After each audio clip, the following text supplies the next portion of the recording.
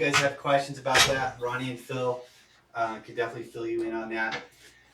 The list of everything that we use in this room is pretty comprehensive, so I condensed it down really to what Jason offers. But that being said, anything you guys are interested in, Ronnie and Phil can definitely help you out and figure out what your needs are, okay? That being said, is that tomorrow is payday here. So all of us go and buy our stuff so that we can work on the weekend. And that means tomorrow afternoon is going to be pretty busy. So if you want to place an order here and take it with you, please do so by about 2 o'clock. And you can use those sheets and just build your lists or however you want to do it, okay? But so just remember, by 2 o'clock, have that turned into them. That will give them time to pull it, and you can take it with you on your way home, okay? Excellent. You guys have fun today? If you break something at his. Don't break me, though. Thank you, Mark. Cool. All right, so you guys excited for today? We're gonna up the level of difficulty. So, but before we do that, I would like to hear what was the one takeaway thing, lesson that you learned from yesterday. We'll start with you, Mike. In terms of, so one of my big challenges has been dealing with the different in thickness. So the thing I learned yesterday was get the reed and sided right, get the other side so it looks good aesthetically, and you're done. Okay. Yeah. Where I just fought with it and fought with it and fought with it in the past. That's the magic is just concern yourself with the reed side for sizing, get that down to the shape and size that you want, and then flip it over and just match your cut side to the look, not to the size. Yep. Excellent. Stretch slowly. Yeah, I've stretched much too quickly before. So yeah, small bites, real small bites. We're going and remember we're going from hammering and doing big things all at once and refining it tighter and tighter as we go down and doing smaller and smaller bites. So mine was to use the burring tool. Don't forget that. Because I cracked one of mine. Yeah, make sure to use that. Yeah, the stress risers or micro tears, if you don't remove those or catch them in time, then you can split your coin. So very critical. I don't have one single thing. I think just the step by step from beginning to end. Okay. Okay, just the whole package all the together. package. Very important.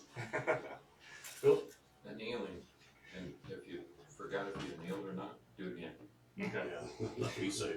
Yeah, you can never over anneal, and yeah, better to over anneal than under anneal, because once you do that, then you're done. All right, Ronnie. I learned I didn't get all coin yesterday.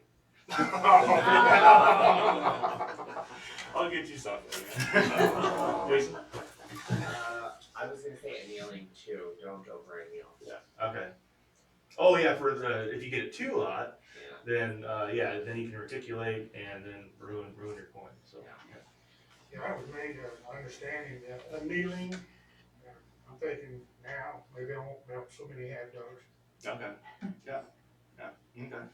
Yeah, I'm with the gentleman over there. But we can say first. Yeah, that is what it took me a while. It took me a while to figure out. You need to overstretch. Okay. When I first started, I kept getting these cones, cone. I don't want a cone for a ring. I want a nice ring shape. And so overstretch, and then the next big key was to reduce that reed side first, because that's your size for your ring. So, okay. When I took it was the warpage. When you warp it, how to fix it and how to correct it right. Okay. Yeah, because with the thick and thin coins, they wobble, warp real quick, and we'll do some more advanced techniques on how to straighten those today. But it's good to learn how to walk before you run, just in case. Have more tools in your toolbox. Yep. So, yeah. I learned it's not rocket science, but it's not as easy as it looks. Yeah, that's true. Yeah, it's nothing too technical to learn. It's just kind of getting that muscle memory. Usually there's kind of an old saying of 10 hours to learn, what does what, 100 hours to get pretty good at it, 1,000 hours to really master it. So, yeah. it just takes time. So, excellent. So the plan for today, we're gonna up the level again with difficulty. We're gonna start out with a dime this morning, and I'm just gonna do the same thing as I did yesterday with a quarter. And I'm going to introduce some new tools to the process. And then we'll have you guys go out and make a dime ring. And then we'll come back and we'll probably take a break after that. Come back and I'll make a Morgan dollar, and we'll introduce a lot more tooling with that. And I'll actually take it from, let me think. I'll do a bead first. Take a Morgan dollar all the way down to a bead, and then I'll show you a really cool technique on how to make that into a large, very large ring, 1.7 inch or more if you want. I'll pass some things around to show you that. So let's get started. I gotta pick out a dime. Let's see. So the same thing with the dimes as with the Washington quarter. They're very thick and thin in places, so they're very liable to wobble and very liable to tear. So to mitigate that, I like to use a 3/8 punch for a narrower band. It'll be less likely for me to tear the ring when I'm stretching it. And I'm going to try something a little different. I'm going to punch while it's still hard, not annealed. And then I'm going to anneal it and both fold it and stretch it at the same time with this tool right here. This is the 1/4 inch, way zoomed in. So this guy right here, this is the same material as the folding cones and folding mandrel. It's a phenolic, very hard plastic.